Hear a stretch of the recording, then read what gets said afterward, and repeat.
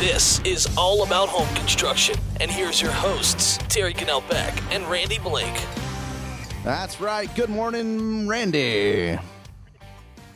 Well, good morning to you, Terry, and everybody out there. That's it. You're having a great It's a great Saturday with lots of snow. Of course, we are actually recording this live on a Thursday before the Saturday because we plan ahead and we like to get new content out to all of our listeners. And if we can't make it in the radio safely, then we'll just make technology work. Right, Randy? That's it. I mean, we might not be able to get to the radio show on Saturday. So here we are, a brand new show, though, for this lovely Saturday morning. Lots of snow. And I'm just going to leave that in high country because I don't think it's going to go away for the next couple days because it's not that hot today on Thursday when we're at the recording of this. And it's going to snow again on Friday and possibly even Saturday. So, yeah, here we are. So yeah, especially last night. I mean, no snow, but we got a half inch. I think that's been this whole week. This past week is a lot more than what we expected all the way around. So, but what are you going to do about it, right? You can complain or you can just deal with it. That's it. So, well, you know, we are in the mountains.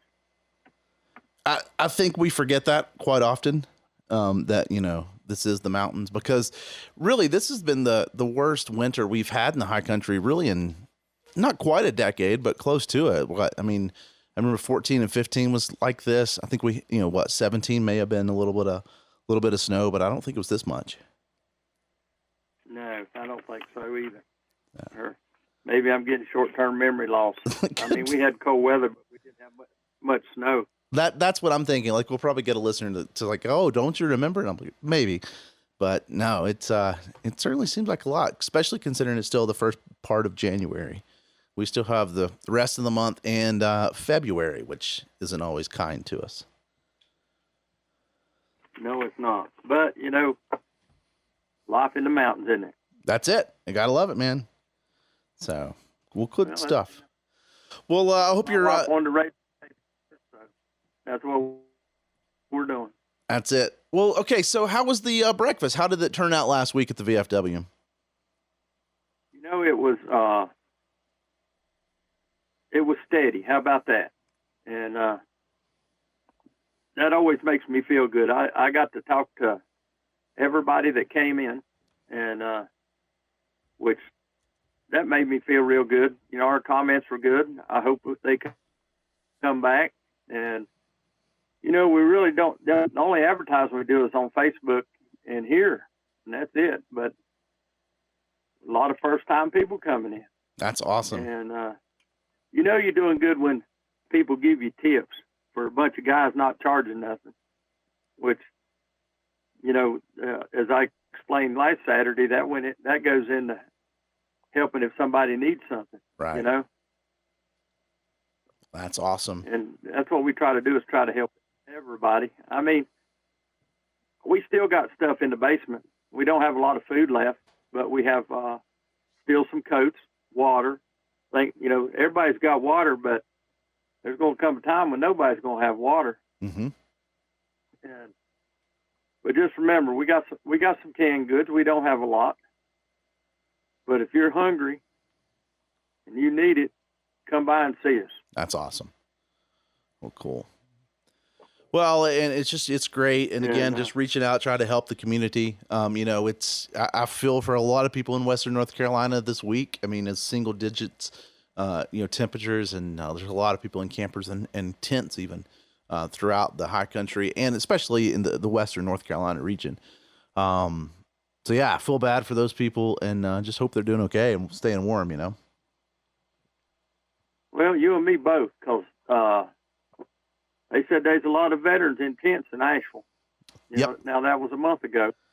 Well, I saw some videos of like Swannanoa area that was taken. It was the 100 days later, so like sometime last week, and you know, it was a campground basically. There were several tents spread out. So, well, golly, these natural disasters are getting rough on people. So definitely. But anyway, again, when it comes to the weather, though, we just do the best we can. And, we're talking a lot about the hurricane, of course. That's still a big issue here in North Carolina in particular. But the cold weather doesn't help. But then we also have these natural disasters like, California. I mean, they've got the opposite going on of snow, right? They got some fires and some nasty, nasty fires. Yes, they are. And California's been fighting it for years. And, with our hurricane that we got here, we better be careful for the next few years because we're going to have the fires ourselves. We could possibly have some big major fires that we've never had here before. And that's what concerns me is, because I think a lot of that, there's a lot that goes into forest fires. But they're naturally going to happen. You're going to have some kind of fire. I mean, that's just the nature of the beast, right? And now I know a lot of them could be prevented. A lot of them are man-made, and whether on purpose or accident. But you're always going to have a wildfire, whether it's a lightning strike or something. And the key, and that's what I guess what we can go over today. But the key is to keep the underbrush clean, right? And with all this damage that we've had from the hurricane, that's impossible now. And we've just set up a lot of tinder for a possible fire. Yes, we do. And a lot of places it's going to be hard to get too. Going down 421 there on several places that you see a lot of timber on the ground, and it's pine. But this spring, if something was to happen, it'll go up pretty fast. Yep. And I worry about that. It's late summer when we get the dry spell, August. I'm like you, and especially the closer you get, like to Zionville area here in the high country, it's there's a lot, like you said, there's a lot of trees down, and it's just a lot of places that can't be pushed out. But that's a fact. I mean, it can be, but golly, you got to have permits to put a road in, and maybe we can get some loggers to call in sometime that will let us know about logging, what it takes to log today. Sure, yeah, and that's a good thing and a good question, and also like. Even if you're not, a lot of these cleaned up, like they're not going to come in and salvage logs from a lot of them. But it's still, I would imagine anyway, it's probably some of the same permits and steps that you have to go through to clear it out. It's regardless of where the wood ends up. Correct. And, a lot of them be timber. And, but one thing, we don't do up here. I don't know this for sure, but is pulpwood. Everything today can go into pulpwood, bark and everything. Right. And plus me, I burn wood at the house here, but I burn everything down to 2 inches. Right. I mean, a lot of times you can't spend all your time cutting 2-inch wood, but. I'm with you though. No, me a chipper. Yeah, I'm the same. I was, it was when I was burning wood, I burned what I could, and I think that's a good thing. But that's what I miss about burning wood. Now would be the time if you were going on the fence about getting a wood stove or something. Now would be the time to jump that tree and get it because. You can start getting firewood pretty easy. Now it's green. You can't use it right now, but in the future, there'll be plenty. Probably be all right in the fireplace because the fireplace has a big throat. Right. Yeah. But other than that, we're going to have to be careful, especially with campers and hikers and stuff. Exactly. I just know what's going on here. I've not been to Avery County. I mean, well, I have, but around 194 heating, and it's been truly amazing. Oh, I know. But that's about all I've been. Same. I went across to Elk Park and then over to, like Elizabethton. But so going through that section of Avery County is it's rough, and you feel bad. And last week I actually went down. I was on I-26 between Johnson City and Asheville, through like Unicoi and stuff, and it was that's where the people were stuck on the tops of the hospital and everything. You saw the pictures of that whole area is just devastated. It was sad to see. Yeah, well, we used to clear the creeks, mm-hmm. and people now don't want it done. I was gonna say that's a whole different topic, because creek and management and stream management, and I think there's a lot of different thoughts on it, right? Like people go back and forth, and so sometimes I don't know what to believe. So I think that's a good one, to dive into one day, because do you clear it or do you not clear it? And there's some people that say both, and I think they all agree on keeping the cattle out of it. But if you got cattle, how do you keep a cattle out of drinking water? I mean, there's just a lot of issues that come to that. Well, being a farmer, we've been through those issues, and we fought those issues, and we've done what they required. But eventually, they get their chance. I hope y'all learn to starve to death. Is all I can tell you. Or worry about third world countries feeding your food, and you don't know what's in it. Right. Yeah, it's tough. It's tough to be a farmer. It surely is. Sounds awful mean, but golly, you got to eat. Well, I'll tell you what, Randy, let's take our first break, and then we'll come back right after some nice messages. Thanks for listening to us.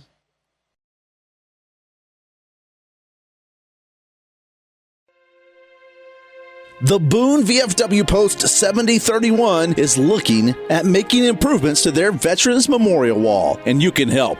Here's Chuck. We could do engraved bricks to cover the memorial. It's in honor of the veterans who have served and some that have given their all for our country. And that's the one thing that we feel as the VFW that we can do to honor those who have come before and those who are even present today. But Chuck, what do we have to do to participate? You don't have to be a war veteran in order to be a part of this memorial. It's just that you served. What is the cost? That fee is only $50, but it's a lifetime investment. If you would like to help participate by honoring a family member, a friend, or a loved one, you can contact the Boone VFW Post 7031 at 828-264-9570. They are on VFW Drive, just off of State Farm Road here in Boone. Thank you for all that have served.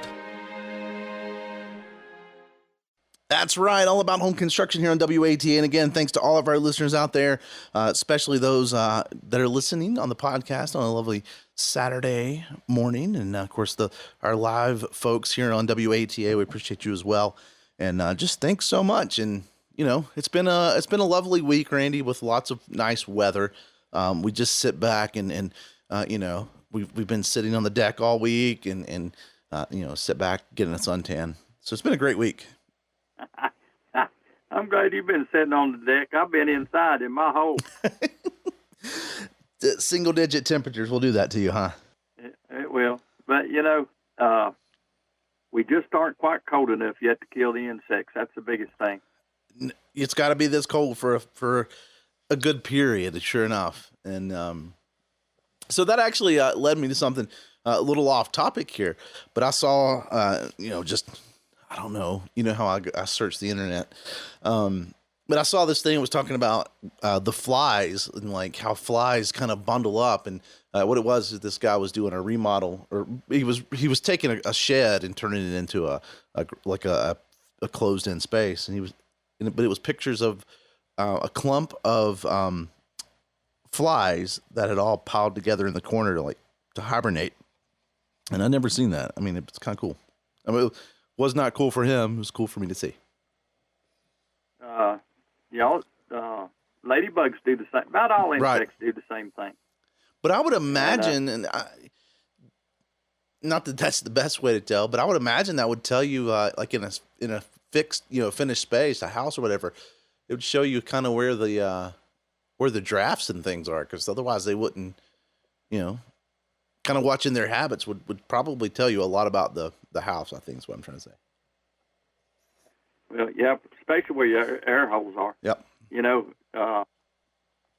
When we had the great infestation of ladybugs, I mean, golly, even that energy efficient house that I built or remodeled in Ashe County, where we caulked every joint, we were still getting these buggers in. Yep. And it was a brick house. Now, we didn't go through and point up the brick, but if you got a little teeny hole, they'll come in, and it don't take much of a hole for them. You might not feel a draft, but if a carpenter ant can get in, they can get in. They find a way, don't they? But yeah, yes, they do. Especially the early 2000s, like you said, when we got that influx of and we call them ladybugs, but I guess they're really those Japanese ones. But they stink and they fly and they're very annoying. All bugs are annoying, but they have what their principles or what life's got it for them. That's it.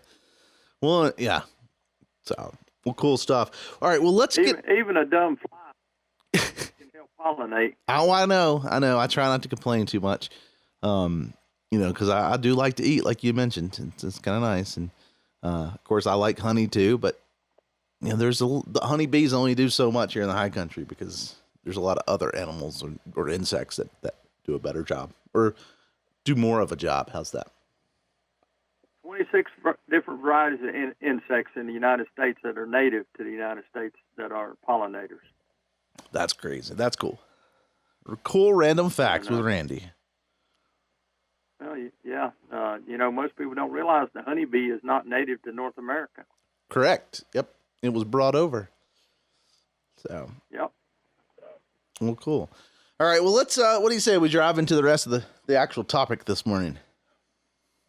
Yeah, that's fine with me, because I'll tell you what, it's a big topic too. And I guess we shouldn't have been screwing around so much. Well, it is a big topic. It's one that, when it comes to, in over the last couple months, especially, it's just natural disasters have been on our minds. And again, more currently nationwide, we've got all the fires in California. We've already told you, how we're concerned about that, being the case here in the future here. But, there's just so much that goes along with that. Like, how do you prepare for it? How do you protect yourself? But then there's also the whole insurance side of things too.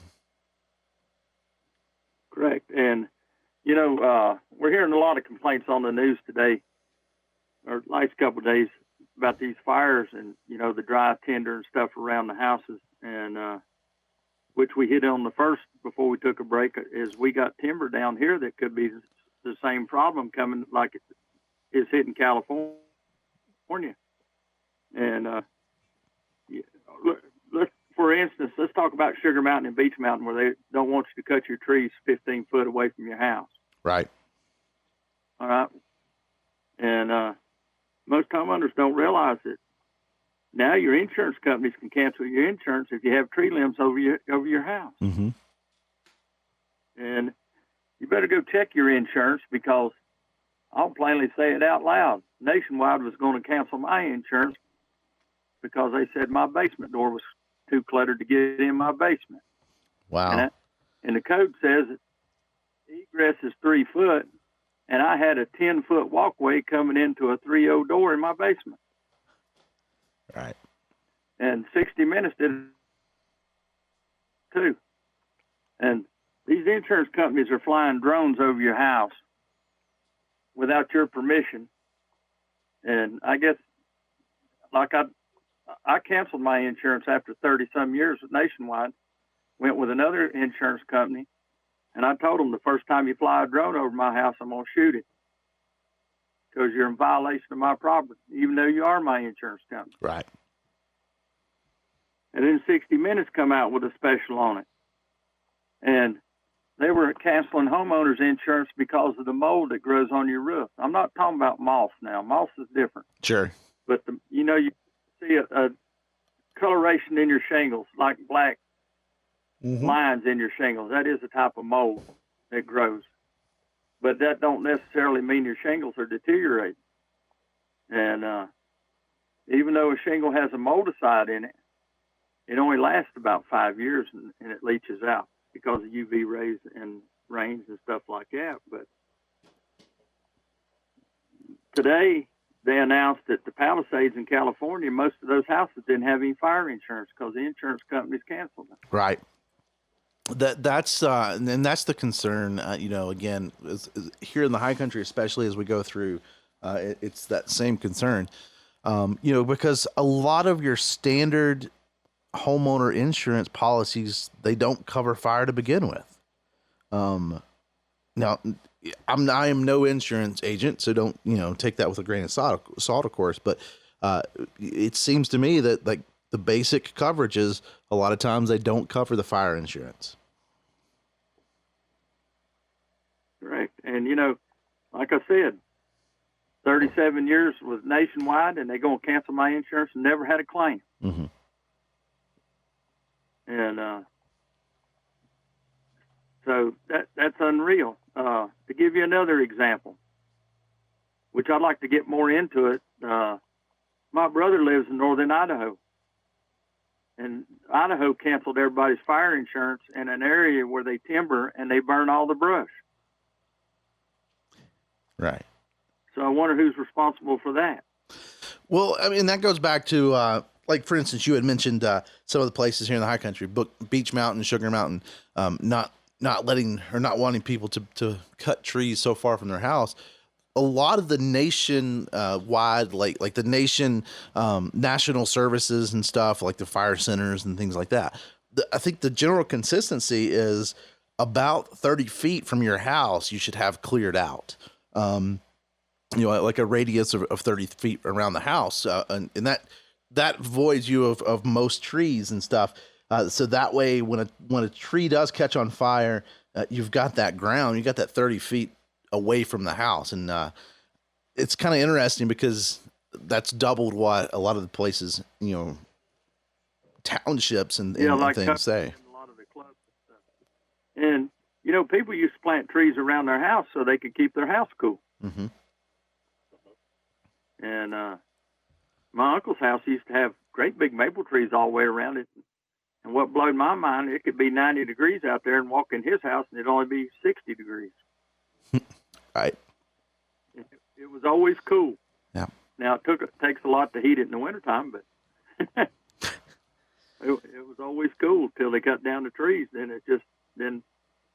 Well, they had to because tree roots will push in on foundations, and being an older home with hollow CMU block, that can cause trouble down the road. Sure.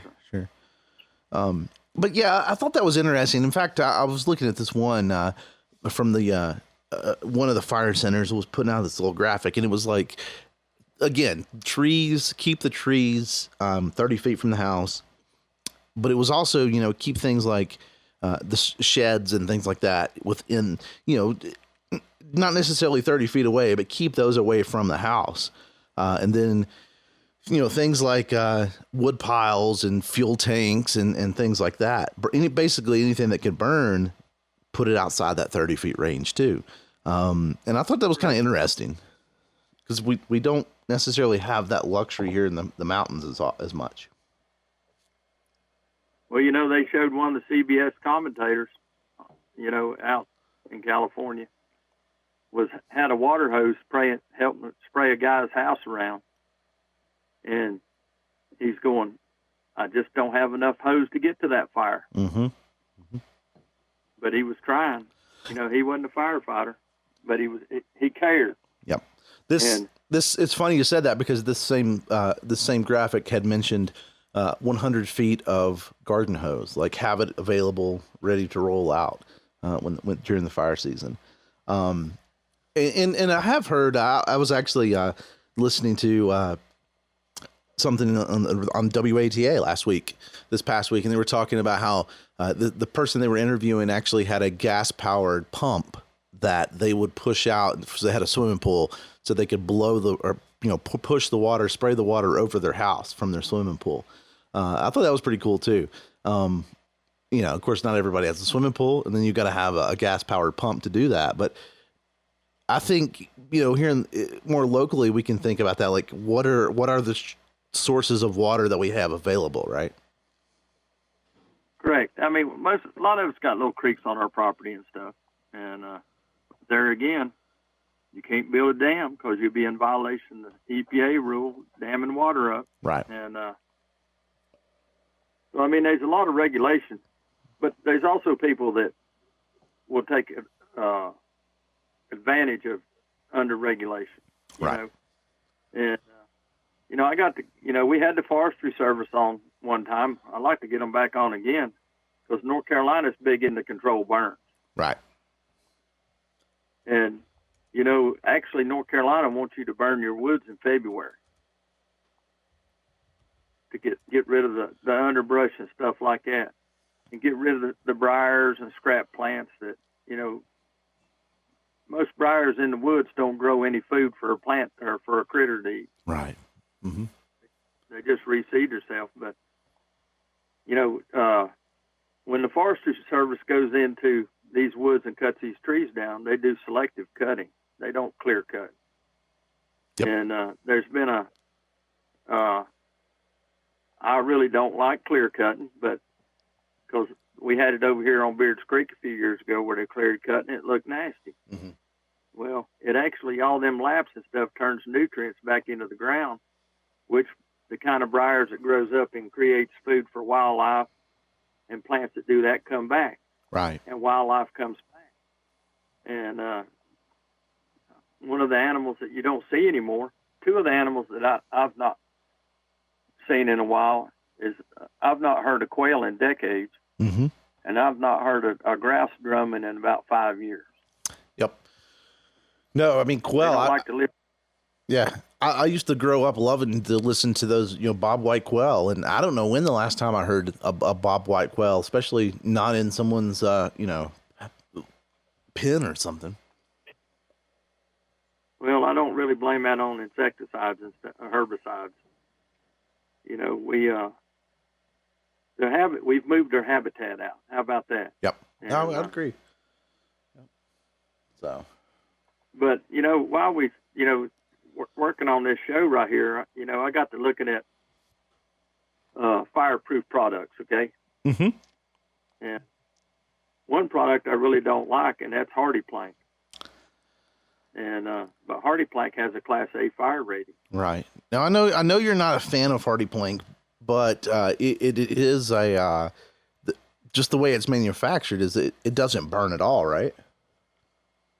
Well, the fiberglass in it will burn, but it's a concrete composite material. Mm-hmm. So but it has a Class A fire rating, which is excellent. Right. And but there's another product out there I didn't know anything about until I got to doing my research, is that LP has a flame block OSB fire retardant sheeting that can go in your house.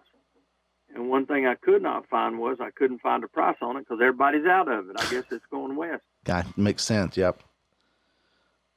And it goes into commercial buildings too. Well, but like when they build stick-built motels in Boone, I'd say when I'm looking at the picture, some of it probably was used in that. All that colored sheeting that they put on. Yeah, a lot of that's fire retardant. It would make sense. So they, anything goes in commercial buildings got to have a 2-hour fire rating. Right. Well, and again, I mean, I know you're not a fan of the Hardy Plank, but that is one of the advantages. Of course, that's also the advantage of brick or rock of some kind, right? I think that's a little more traditional, if you will. A brick house or a log house or a rock faced house, you're not going to get that, burning issue from the siding itself. No. Matter of fact, we did the radio show when I got back from England that time on all the major fires around the world that changed the building industry. Yep. True. That's true. And so maybe we might have to get back to building brick and stone houses again. Yep. I think it's certainly, well, of course, you're pretty much talking about ICFs there, right? I mean, that's sort of the modern day equivalent of that. Yeah, I don't. Let's see what ICF has the fire rating on it.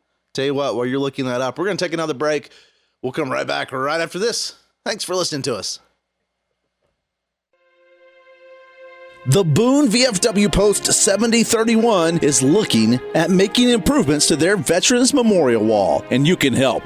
Here's Chuck. We could do engraved bricks to cover the memorial. It's in honor of the veterans who have served and some that have given their all for our country. And that's the one thing that we feel as the VFW that we can do to honor those who have come before and those who are even present today. But Chuck, what do we have to do to participate? You don't have to be a war veteran in order to be a part of this memorial. It's just that you served. What is the cost? That fee is only $50, but it's a lifetime investment. If you would like to help participate by honoring a family member, a friend, or a loved one, you can contact the Boone VFW Post 7031 at 828-264-9570. They are on VFW Drive just off of State Farm Road here in Boone. Thank you for all that have served.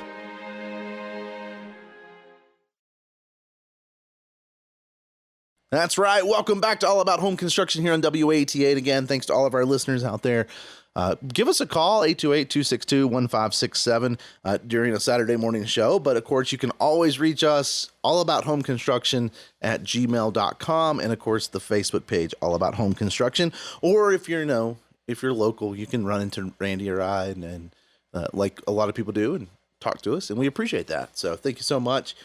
Randy, I am glad, before we get back into the topic, I'm glad to hear that the last week's VFW breakfast went so well. So congratulations to that. And I guess we really don't have anything else coming up until when?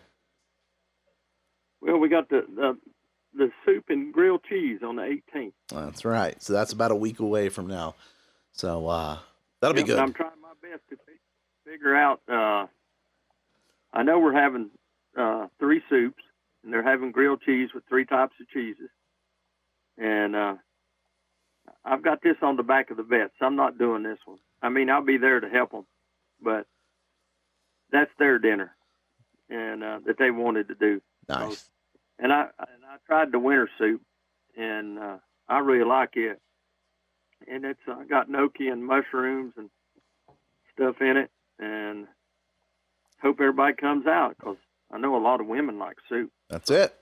That's awesome. So again, that's a week away from now, the 18th. So go ahead and put that on your calendars now. So. Yeah, and for all you big spenders, think about Valentine's Day, because we will come. Valentine's is on a Friday, and we will have our meal on the Friday. Yeah, that's going to be awesome. Good steak dinner. You can't go wrong there, right? Prime rib, you said? Prime rib, yep. Sweet. We generally do prime rib for Christmas, but golly, November kicked our butt. Exactly. Yep. And, now is the prime rib dinner for Valentine's Day going to be a ticket only kind of thing? You got to pre-purchase or register your ticket, or save your tickets. Yes, it is. Anytime we bring out the charcuterie board, then we have to have reservations on that. Sweet. And plus the salad bar, plus our potato.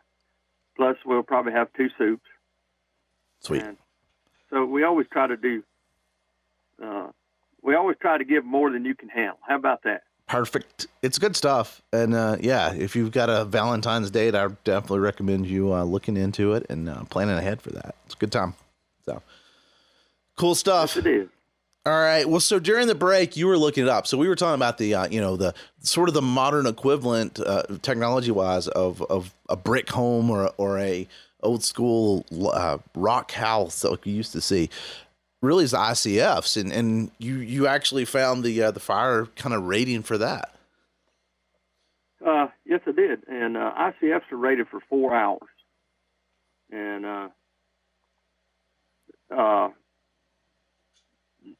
now, I guess there's fire retardant in them to allow them to do that. But first off, you also have that solid concrete barrier on the inside. Right. And ICFs are coming more and more popular with newer homes because you can build a better energy efficient home. Yes, there is a trade off on it, because if you build a home out of ICFs, you don't have to do any wall framing on the outside walls, because everything you've got, your cabinets, your drywall, wood tongue and groove, will attach to it. Now, if you're going to stucco your inside like you do your outside, then you can staple wire lath into it and stucco your inside. Yep.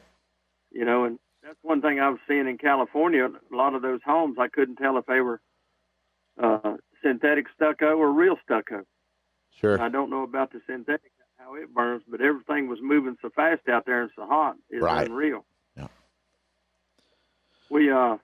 There was an article in one of my magazines I was reading about the 250-mile-an-hour home, okay? And that's the whole total house built out of ICFs, walls, roof, because they do have ICFs so you can make your roof out of concrete. Right. Okay? Now, there's a little more to it on the roof, but I've never seen the construction on the roof. Right. I have seen it construction on decks, where you have the ICF panel that is the structure, and then you pour your concrete slab on top of it. Okay. Yep. And we'll have to do some more information about that. But well, I guess one way to cut the corners cost-wise on that and still get not quite the same effect, but pretty solid would be to put a good metal roof on it, like a solid, thick metal roof on it. Correct. Probably, there's nothing wrong with the roofing that we have out here, the 29-gauge metal. Yep. But you do have a rubber washer in it, okay, which will melt with heat, with a fire. As we talked, I guess, radio show just a couple of weeks ago about a lot of houses burned down because of the ventilation systems that we have today because of soffit vent. Makes a chimney, essentially, yeah. Yeah, so it actually, those hot ashes that we're seeing blowing until how many miles now with that 92-mile-an-hour wind, just hitting the natural wall, part of it goes up the wall, part of it goes down the wall. So if it's got a soffit vent, it has a chance to get in it or start to get in it to cause a fire. And so a house, that's the reason I say perimeter insulation on your house, okay? And perimeter insulation means that there will be no soffit vent, no ridge vent in it. Right. So you could take your house, coat it in hardy board, hardy soffit, hardy fascia, put a metal roof on it, and it would stand a lot better chance of surviving a fast fire, than it will be a house with regular ventilation in it. Yeah. But there's one thing you might want to switch over to when you do a full insulation where you do your rafters and everything. You want to go to a foam insulation. That way your furnace unit and all that in your attic is all encased in an area where there is no air exchange. So you'll capture all your heat loss from it. Sure. I mean, I try to build as energy efficient as possible. I've done ICFs, but I've only done it 4 foot high. And it's easy to do. Right. What scares me is I don't have the tools to go ahead and do a 10-foot ICF wall. Right. I mean, it ain't impossible. It'll take a little longer. The guys that do it for a living, they'll knock a foundation out in 2 days and have it poured. So. Sure. A lot of, I hear there's a new ICF foundation company open now in Johnson City.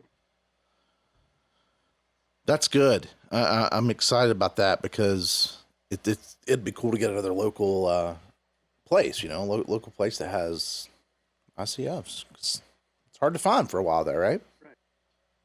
Yeah, when COVID come, we sort of kind of lost the ability to get them. Yep. And with the ICFs, that's going to change a whole new ball game. And what I mean by that is our class this year that we had to take for us contractors was don't let moisture be destroying your construction company. Okay, and what they were talking about was homes that had insulation put in them but wasn't correct, and your drywall sweating on the inside, or they were talking about people putting Tyvek on backwards. Mm-hmm. Okay, and now that's causing it to sweat on the inside of your sheeting on the inside of your house. So now you've started a dry rot situation in your house. Yep. And another thing that can cause that is if they put too big a air conditioned unit in your house and it doesn't evacuate all the moisture out. Right. Yeah. And so there's getting to be a lot more science in healthy homes today than there was 12 years ago. Right. And one of the things that they talked about was the air exchange unit failed. And it failed because the homeowner didn't change the filter in it, which the contractor told him he had to change the filter. But, things get lost in translation from time to time. Sure. And that was a situation that went to court. And eventually the contractor won because of negligence of the homeowner. Yep. Well, but everything comes back to us, contractors. Yep. Not to subs, but to contractors. Exactly, and that's the thing that we try to remind everyone, regardless of the natural disasters or not, right? Like it all comes back to the signature on the page. And yeah, and here again, I'm gonna say it: HGTV ain't always correct. Right, I'm with you. When I hear somebody tell me that they watch HGTV, I know it's gonna make a lot of people mad. I just turn around and walk off. Sure. Well, I can't say that I've watched it recently. Maybe I'll work on that and make that a thing before next show, so I can tell you why it's happening on HGTV. Figure out why Randy can't build an entire house in 30 minutes, buddy. Well, Helms Homes was the only show I ever watched on it that made any sense at all. And he's out of Canada. And he calls out mistakes that contractors have and stuff. And so there you go. If there's one show that I like, because his shows take several episodes, not 30 minutes to do it.